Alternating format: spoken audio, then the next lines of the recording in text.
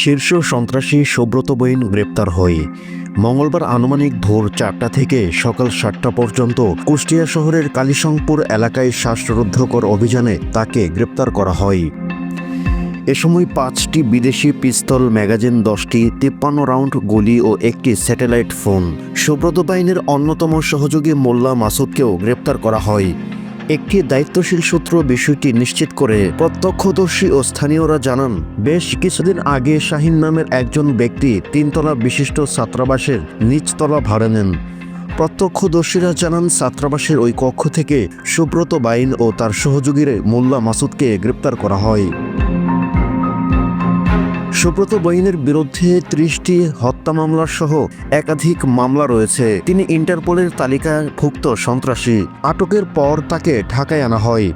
গ্রেপ্তারকৃতর নামে বিভিন্ন থানায় হত্যা, চাঁদাবাজি সহ বিভিন্ন নাশকতামূলক কার্যক্রম সংক্রান্ত মামলা রয়েছে।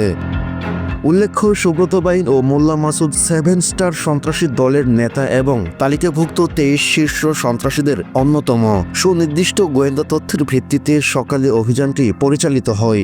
অভিযানের দলের দক্ষতায় কোনোরূপ ক্ষয়ক্ষতি বা নাশকতা ছাড়াই অভিযানটি সম্পন্ন হয়। অপরাধীদের গ্রেপ্তার করা সম্ভব। উক্ত অভিযানের বাস্তবায়নে বাংলাদেশ সেনাবাহিনী, বিভিন্ন ফরমেশন, দেশের বিভিন্ন গোয়েন্দা সংস্থা এবং বাংলাদেশ পুলিশ অগ্রণী ভূমিকা পালন করে।